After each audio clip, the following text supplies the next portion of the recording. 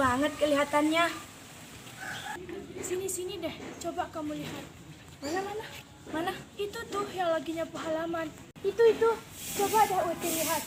Padahal cuma nyapu halaman aja. Pakaiannya bau banget. Ya, nggak presentable banget sih. Uti, coba Uti lihat mereka deh. Mana? Itu loh, itu. Kayaknya mereka bicarain kita. Iya, kayaknya mereka bicarain kita deh. Lebih baik kita pergi yuk. Ayo. Bagus ya gamisnya, pengen deh beli gamis kayak gitu. Ya elah, komen aja. Ya nih, orang ngomong kemana, kamu nyambungnya kemana? Tapi ada info yang lebih heboh loh, Ukti. Info apa tuh? Tahu nggak santri baru yang dari Ya, tahu. Yang mana sih? itu tuh yang masuk tahfiz Al-Quran itu loh. Ya, aku tahu. Katanya nih, pekerjaan orang tuanya itu nggak jelas gitu deh. Nggak jelas gimana? Sok tahu ah. Ih, nggak percayaan banget deh. Ini info akurat loh. Dengerin aja lah. Terus. Katanya nih, ibunya itu pekerja malam loh. Masa sih? Nggak deh.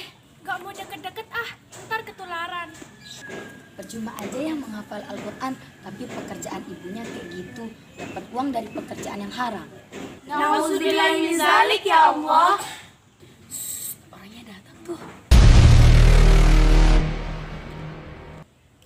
Assalamualaikum Uti. Waalaikumsalam. Sama Uti. Sandal saya Uti pakai. Yang ini. Ya, itu sandal saya. Ini nih, ambil.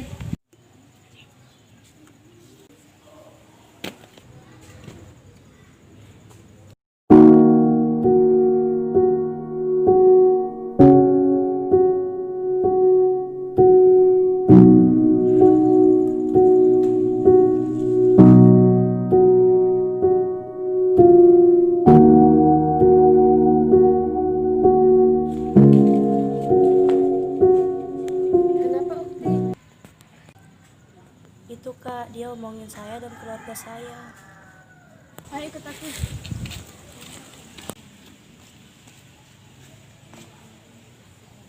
Sedang ngapain kalian? Nggak ada ya, kita nggak lagi ngapa-ngapain. Iya kak, tadi mereka lagi ngomongin kerjaan ibunya Fitra. Mereka bilang ibunya Fitra sebagai kupu-kupu malam. Tuh kan?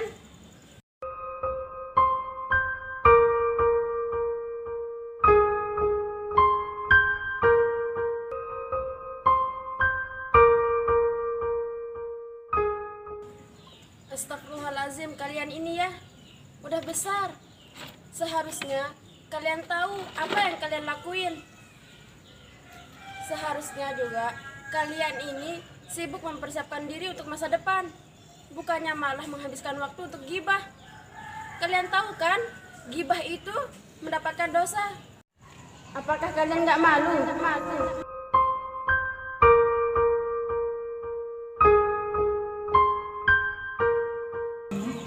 Al-kalamu yanfuzu ma la yanfuzul ibru. Ucapan bisa menembus sesuatu yang tidak bisa ditembus oleh jarum. Saudaraku, mendengarkan omongan orang lain tak selamanya salah. Kadang ada ucapan yang akan membuatmu merasa termotivasi seolah membakar semangat jiwa. Namun sayang, tak semua kata-kata yang keluar dari mulut orang lain tergolong baik. Kalau ada tuturan negatif yang kesannya menjatuhkan, bukan tindakan yang tepat untuk kamu merasa kecil dan tidak apa-apanya di mata mereka. Ketahuilah bahwa omongan orang itu tidak ada habisnya, dan keridhaan mereka adalah sesuatu yang mustahil untuk diraih. Sebab apa yang disukai oleh si A belum tentu disukai si B. Begitu pula sebaliknya. Lebih baik kita mencari ridha Allah yang sudah jelas pasti mungkin dicapai. Saat kita menjadi baik, orang yang jahat tidak akan suka. Sebaliknya, ketika Anda menjadi jahat, orang yang baik juga tidak akan suka. Saudaraku, dalam sebuah kesempatan, Saat Luqman mengajari putranya dengan kehidupan nyata di tengah-tengah masyarakat, Luqman berkata, "Wahai putraku, lakukanlah hal-hal yang mendatangkan kebaikan bagi agama dan duniamu. Terus lakukan hingga kau mencapai puncak kebaikan. Jangan pedulikan omongan orang dan cacian orang, sebab takkan ada jalan untuk membuat mereka semua lega dan terima, dan takkan pula ada cara untuk menyatukan hati mereka. Wahai putraku, datangkan seekor keledai kepadaku dan mari kita buktikan." Luqman bermaksud mengajak putranya jalan-jalan di tengah masyarakat untuk membuktikan bahwa membuat semua orang legawa itu sangatlah sulit, bahkan bisa dibilang semua tidak akan bisa terjadi. Apapun yang diperbuat oleh seseorang akan selalu ada yang mempersalahkan, selalu saja ada yang tidak setuju. Kemudian perjalanan mereka segera dimulai. Luqman menaiki keledai dan menyuruh putranya berjalan menuntun keledai. Sekelompok orang yang menangkap pemandangan yang menurut mereka aneh tersebut segera berkomentar mencaci. Anak kecil itu menuntun keledai, sedang orang tuanya duduk nyaman di atas keledai. Alangkah congkak dan sombongnya orang tua itu. Luqman pun berkata, "Putraku, coba dengar apa yang mereka katakan." Luqman lalu bergantian dengan putranya. Kini giliran Luqman yang menuntun keledai dan putranya naik di atasnya. Mereka melanjutkan perjalanan hingga bertemu sekelompok orang. Tak pelak, orang-orang pun segera angkat bicara. Setelah menangkap pemandangan yang tak nyaman di mata mereka, lihatlah anak kecil itu menaiki keledai, sementara orang tua itu malah berjalan kaki menuntunnya. Sungguh alangkah buruknya akhlak anak itu.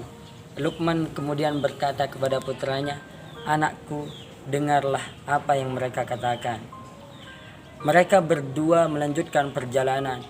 Kali ini keduanya menaiki keledai mungil itu. Mereka berdua terus berjalan hingga melewati sekelompok orang yang duduk-duduk di pinggir jalan.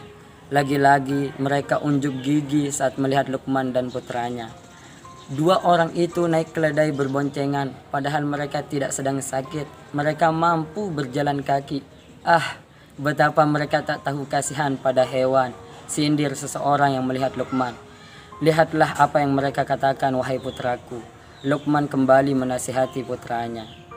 Tanpa menghiraukan caci maki orang-orang itu, Luqman dan putranya kembali melanjutkan perjalanan. Terakhir kali mereka berjalan kaki bersama sambil menuntun keledai. Subhanallah, lihat, dua orang itu menuntun keledai bersama, padahal keledai itu sehat dan kuat. Kenapa mereka tidak menaikinya saja? Ah, betapa bodohnya mereka. Dengarlah apa yang mereka katakan. Bukankah telah aku katakan padamu, lakukan apa yang bermanfaat bagimu dan jangan kau hiraukan orang lain. Aku harap kau bisa mengambil pelajaran dari perjalanan ini, kata Luqman mengakhiri perjalanan bersama putranya. Cerita kebijaksanaan Luqman. Di atas dapat dipetik hikmahnya bahwa manusia haruslah menjadi orang yang kuat sehingga memiliki pendirian yang teguh dan kokoh, tidak goyah dengan terpaan angin, tak lapuk oleh hujan dan tak lekang oleh panas. Saudaraku, Imam Syafi'i berfatwa, barang siapa mengira bakal selamat dari omongan orang, sungguh ia adalah orang yang tidak waras. Sebab Allah saja tidak selamat dari omongan orang, ada yang mengatainya 3. Begitu pula Muhammad tidak selamat dari omongan orang, ada yang mengatai beliau tukang sihir dan orang gila. Jadi anggaplah omongan orang itu bagaikan bongkahan-bongkahan batu besar. Engkau akan rugi bila bongkahan-bongkahan itu engkau letakkan di atas pundakmu, sebab lama-kelamaan pundakmu akan ambruk. Sebaliknya, engkau akan beruntung saat kau tumpuk bongkahan-bongkahan itu di bawah telapak kakimu, karena engkau akan semakin tinggi berpijak di atasnya.